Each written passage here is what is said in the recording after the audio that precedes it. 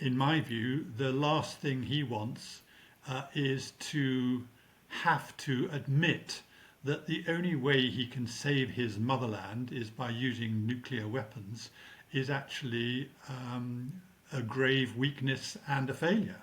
President Zelensky is leaving Washington without agreement from the US to fire Western missiles at targets in Russia.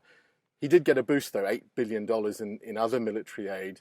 What is your sense as to how Zelensky will be looking back at these meetings in the White House and elsewhere this week in the US? I guess he'll be somewhat disappointed, but probably not surprised. He's been pushing this argument now for a long time that he needs to attack targets in Russia and wants to do so with Western supplied weapons, advanced and long range weapons. You know, President Biden has got a few months left of his presidency. I don't think he's going to take the risk of allowing Zelensky to use these weapons, which are American and also British and French, which will, he believes, and I think the intelligence services in America believe, could provoke Putin to do things which are both scary for the world, but also particularly for America. And I think he will be more cautious about that, and I think Zelensky's got that message. Although I have to say, looking at the long list of extra weapons that he's been given by Biden on this particular visit, it includes what are called standoff air-launched weapons, which are sort of, if you like, mini cruise missiles, which can be attached to F-16s, which, you know, have now been supplied to Ukraine. So they've only got a range of 70 miles, but nevertheless, it's a pretty potent weapon system to use, which I'm sure will help Zelensky in his defense against the Russian invasion. The Times has been hearing from Ukrainian troops in the Donbass. They say they're not thinking about a victory plan. They're just focused on those grinding battles. Will it be Kamala Harris that would give permission to use Storm Shadow missiles in Russia, or is this going to be kicked ahead further and further? Or Kamala Harris, I should say, or Donald Trump, not to forget him. Yeah, I mean, of course, those two names produce very different answers. You know, Kamala Harris, assuming the war, absolutely assuming the war will be continuing beyond January next year when there's a new American president. I sincerely doubt it will be the first thing she will leap to do. She, after all, has been vice president for the last, 3.5 years. So all the decisions made by Joe Biden, she was sitting in the same room, listening and giving her views. There's no indication that she is suddenly going to leap on January the 20th, if she would have become president, to allow Zelensky to use these weapons. The same risks will apply whether she is in the White House or Joe Biden's in the White House. If Trump were to win, I think all bets are open, because we don't know what he's going to do other than his pledge that he will bring the war to an end within 24 hours. To me, that does not imply that he's going to give Zelensky the weapons to use to defeat Russia. Not that he could defeat Russia as such anyway. But no, I don't think Trump will allow these weapons to be used, and I doubt Kamala Harris will put it on her number one list. We look beyond the US election, and we've seen Sir Keir Starmer pushing for British-made weapons perhaps to be used. And we hear this suggestion that permission may be privately given, but not revealed until after whatever weapons are used have been used. Do you think that's likely? Well, I think the notion that it won't be announced and that it could be used and then everyone would suddenly realise it had been used is a possible scenario. But I seriously don't believe that Keir Starmer will either want to or be in a position to authorise the use of the British-French Storm Shadow missile deep inside Russia without the permission of Washington. I mean, Britain and Washington are part of the same alliance, the NATO alliance. This is a this is a massive coalition that's involved in defending Ukraine against Russia. And I don't think one party or one member of NATO, i.e. the UK, can suddenly unilaterally decide to allow Zelenskyy to use these weapons, because whatever happens after that will have repercussions for the whole of NATO. So I don't think Starmer will be in a position to do that, and I don't think he would want to do that. I think he would want the White House to be on board before anything like that happens. As you mentioned, this reluctance to provide this permission comes from just what Putin could do in response. Could you talk us through how and why Russia's nuclear doctrine has changed this week? I think it's been slowly changing in Putin's mind for quite some time. I don't think it's suddenly arrived on his desk, as it were. So he has been mulling over it for some time. And as you know, he has, not necessarily threatened, but at least implied that he could use tactical nuclear weapons in Ukraine if he were so pushed to do so.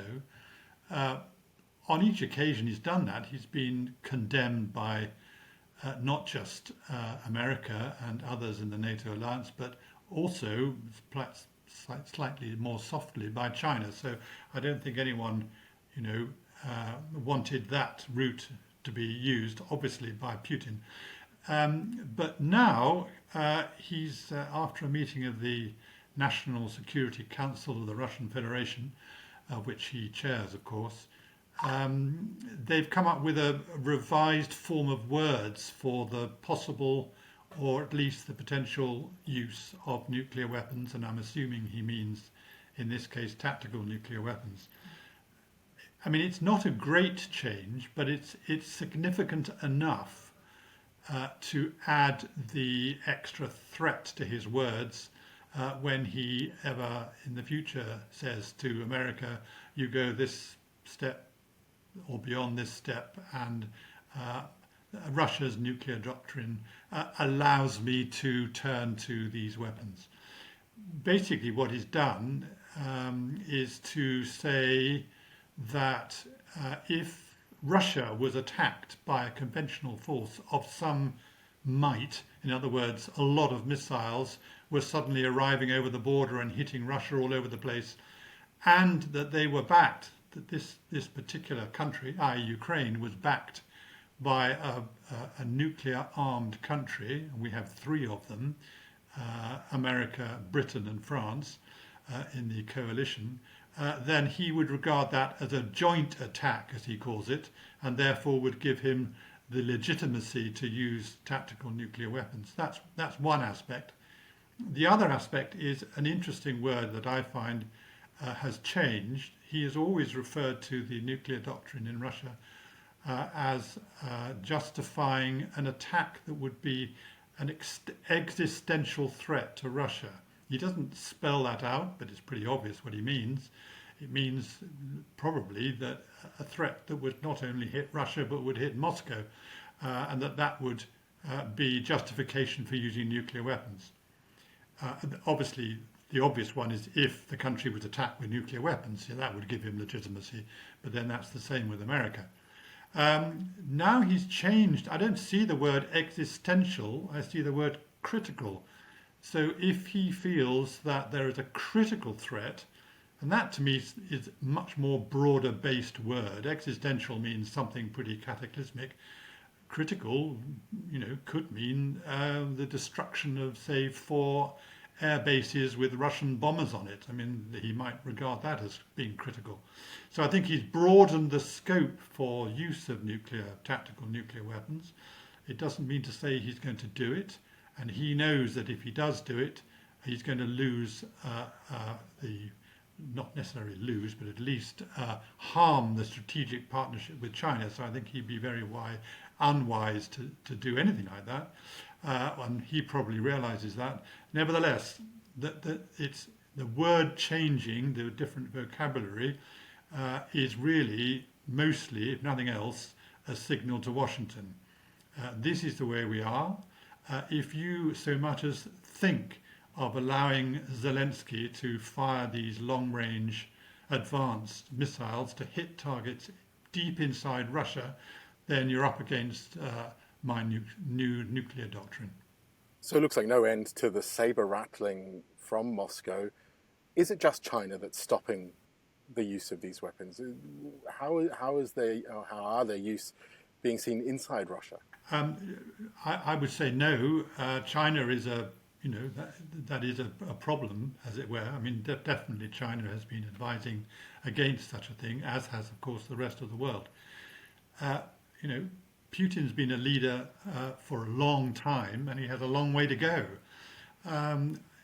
In my view, the last thing he wants is to have to admit that the only way he can save his motherland is by using nuclear weapons is actually a grave weakness and a failure. What he should be able to say is, we have a mighty conventional army and we will achieve whatever we want to achieve with our conventional forces. And the fact that he hasn't managed to do that in Ukraine has made him start thinking more widely about his weapons of last resort. But they're called weapons of last resort for a very good reason. And I don't think Putin would want to use his weapons of last resort, because once you do, and once they are used, you have absolutely no real idea of the repercussions and the consequences.